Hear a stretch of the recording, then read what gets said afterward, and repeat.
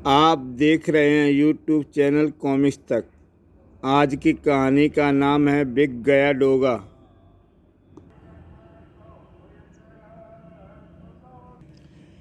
लेकिन अगर रास्ता गलत है तो सामना हो सकता है उसके रक्षक से, जिसका नाम है, मेरा नाम है डोगा। और मैं इसलिए बाहर आता हूँ ताकि तुम जैसे चोर बाहर ना आए।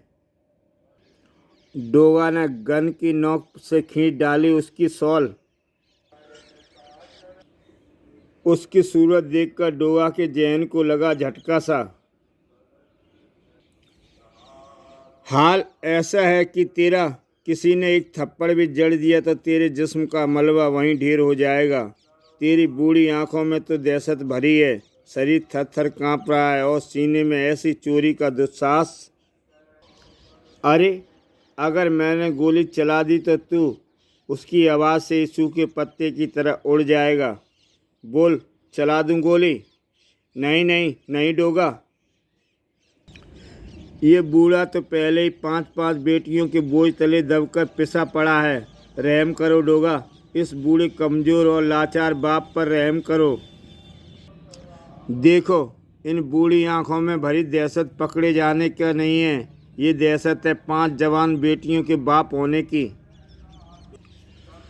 हाँ डोगा, देखो मेरे जिस्म की ये थरथराहट मेरी ओर उठी तुम्हारी बंदूक के डर की नहीं है। ये थरथराहट है उस बेबसी की, उस लाचारी की, उस गरीबी की, जिसने एक बाप के बालों का रंग तो सफ़ेद कर दिया लेकिन बेटियों के हाथ पीले न कर सका। मेरे मुंह पर लानत है डोगा, जो मैं चोरी के इस काले पैसे से अपनी बेटियों का घर बसाने का सपना देख बैठा। लेकिन लेकिन क्या करता मैं? हाँ डोगा, तुम बताओ मैं क्या करता? डोगा, इसे हम थाने ले जाएं? हाँ। ना जाने कहाँ गुम था डोगा, शायद विचारों की भूल भुलैया में। ये तुझे डोगा नहीं, हम बताएंगे थाने ले जाकर। ठहरो। अबे रुक, डोगा रुकने को कह रहा है। मैं तो पहले ही रुक गया था। तुम्हारा घर कहाँ है? अबे बता, डोगा पूछ रहा है। सांगा की चाल, खोली नंबर 20, कोलीवाड़ा। बूढ़े के शब्द डोगा के मस्तिष्क में छपते चले गए थे, जैसे यूं तो अखबार भी छपता है, लेकिन उसका छपना निर्भर करता है समाचारों पर, और समाचार लाने का काम करता है एक न्यूज़ रिपोर्टर। कभी कभी ये रिपोर्टर कुछ महत्वपूर्ण समाचारों से पैसा कमाते हैं, यानी पैसा लेकर उन्हें समाचार बनने नहीं देते। ऐसी रिपोर्ट्स को ऐसे ही सुनसान क्षेत्र में किसी का इंतज़ार रहता है, और जिसका इंतज़ार रहता है उन्हें आते देखकर उनकी आंखों में 500 वॉट के बल्ब की सी चमक आ जाती है। बेटे रामदूत, तुझे जिसका इंतज़ार था वो आ गए, वो और पास आ गए। रामदूत, मेरा नाम दयाल सिंह है। जितना तुमने मांगा था उतना पैसा इस ब्रीफकेस में है। सारे कागजात और फोटोग्राफ्स लाए हो ना? हाँ, सब कुछ इसमें है। अब मैं तुम्हारे कमाल साहब की वो न्यूज़ नहीं छापूंगा, जिसके छापने के बाद उनकी गर्दन जासूसी व देश में गद्दारी के आरोपों सीधे फांसी के फंदे में होती, क्योंकि सारे सबूत तो मैं तुम्हें बेच रहा हूँ।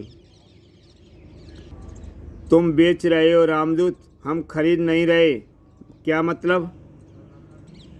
दयाल को छोड़कर बाकी दोनों आदमी मतलब समझाने के लिए रामदूत पर बिजली की तरह टूट पड़े। अरे, ये तुम क्या कर रहे हो? तुम्हारा इरादा नेक नहीं। अरे, ये क्या है? इसे बम कहते हैं। पर ये मेरे शरीर पर क्यों बांध रहे हो? मैं समझ गया, तुम मुझे मारना चाहते हो, तुम मुझसे गद्दारी कर रहे हो। ये तो तुम्हें पहले ही सोच लेना चाहिए था कि जो लोग देश से गद्दारी कर सकते हैं, तुम उनके लिए एक कुत्ते से ज़्यादा हैसियत नहीं रखते। तुम्हारे जैसे ब्लैकमेलर को तो कुत्ते जैसी मौत के लिए हमेशा तैयार रहना चाहिए। रिमोट का बटन दबते ही तुम्हारा खतरा हमेशा के लिए धुआं बनकर कमाल साहब के सिर के ऊपर से गुजर जाएगा। बम देकर तो मेरा धुआं वैसे ही निकल गया है। कोई है बचाने वाला? पता नहीं कोई था या नहीं, पर फिलहाल एक गोली उसके बीच से होकर गुजरी। दयाल सिंह ने अपने रिमोट का बटन दबाने में एक क्षण की भी देरी नहीं की थी, मगर बटन दबने के बाद जो होना चाहिए था वह हुआ नहीं। यानी धमाका हुआ क्यों नहीं? हुआ है क्यों नहीं? लो सुनो धमाके की आवाज़। तुम दोनों भी सुनो। जब डोगा के हाथ का रिमोट दबता है तो कैसे धमाका होता है। रामदूत की तो जैसे बाँसें खिल गईं। ओह, आ गया बचाने वाला आ गया डोगा। मैं पत्रकार रामदूत हूँ। डोगा, इन्हें छोड़ना नहीं। ये सब देश के गद्दार हैं। ये मेरे से अपनी गद्दारी के सबूत छीनना चाहते थे। कौन गद्दार है कौन वफादार, इसका फैसला डोगा करेगा। लेकिन फिलहाल मुझे जो फैसला करना था मैंने कर लिया डोगा। यहाँ से भागने का, क्योंकि हमारा खेल खराब हो चुका है। डोगा, वो भाग रहे हैं। भागने न पाए। मैं तुम्हें बताता हूँ, वो तुम्हारे सामने है। गोली चलाओ। डोगा तब तक रामदूत की तरफ घूम चुका था। डोगा की गन अपनी तरफ उठी देख चीख पड़ा रामदूत, गोली मत चलाना डोगा, सामने मैं हूँ। रामदूत ने आंखें धोने में डोगा की पूरी मदद की। डोगा ने रिमोट उठाया। रामदूत, वो गद्दार तो भाग गए, पर जो काम वो ना कर पाए अब मैं कर दूंगा। वरना बताइए सब चक्कर क्या है। डोगा, मुझे माफ़ कर दो। दरअसल मेरी अकल मारी गई थी जो मैं इनसे इनकी गद्दारी का सौदा कर बैठा।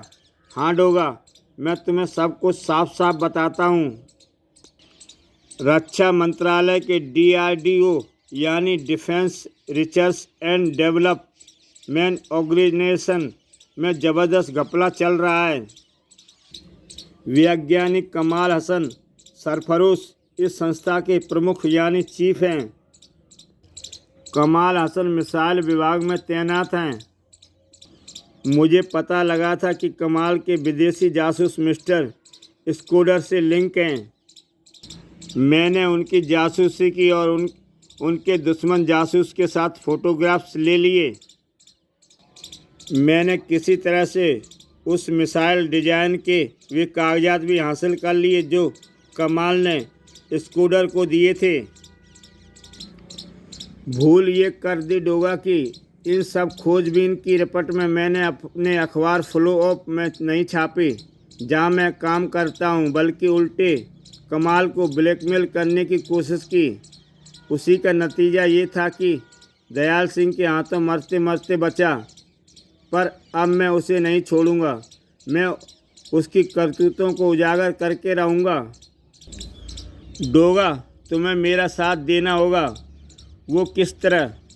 ये रिमोट वापस करके और मेरा शरीर का बंधा बम उतार कर।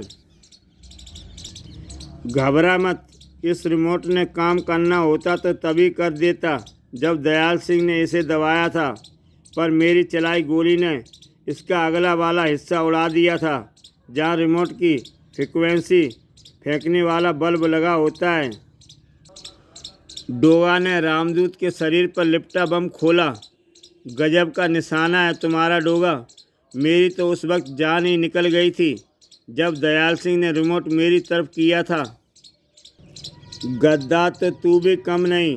अगर वो तुझे शराफत से रिश्वत दे देते तो तू उनकी गद्दारी को दबा जाता कमीने।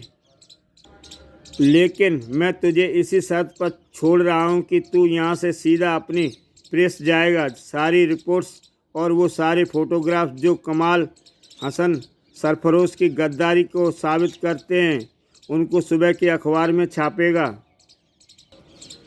वो तो मैं करूँगा ही डोगा, लेकिन कमाल इस खबर को रुकवाने के लिए पैसा पानी की तरह बहा सकता है।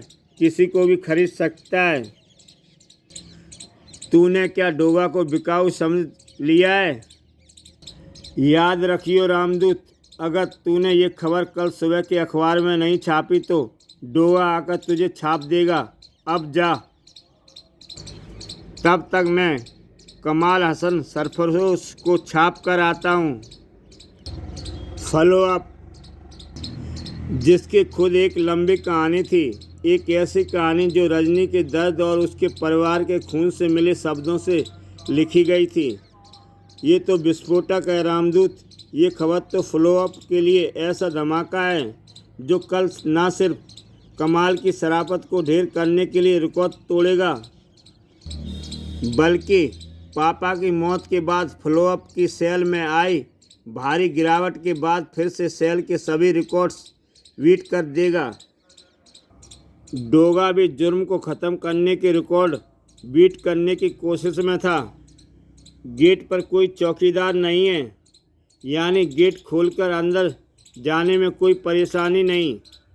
चौकीदार गायब है, गेट खुला है, कुत्ते बंधे हैं, अंदर भी दरवाजे खुले हैं। यहाँ कोई नज़र क्यों नहीं आ रहा? लेकिन नहीं, एक शख्स मौजूद था। हेलो डोगा। आवाज़ सुनकर डोगा बिजली की तेज़ी से घूमा।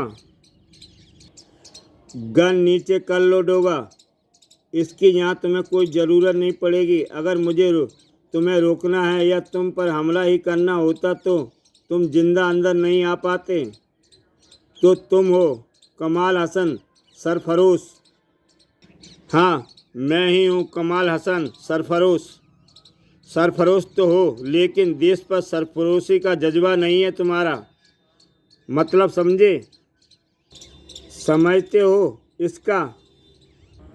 समझता हूँ डोगा। सरफरोश मतलब सिर कटा देने वाले। गलत बोल गया तू। अन्यासी डोगा के जबड़े बिछ गए। सिर कटा देने वाले नहीं, बोल सिर कटा देने वाले।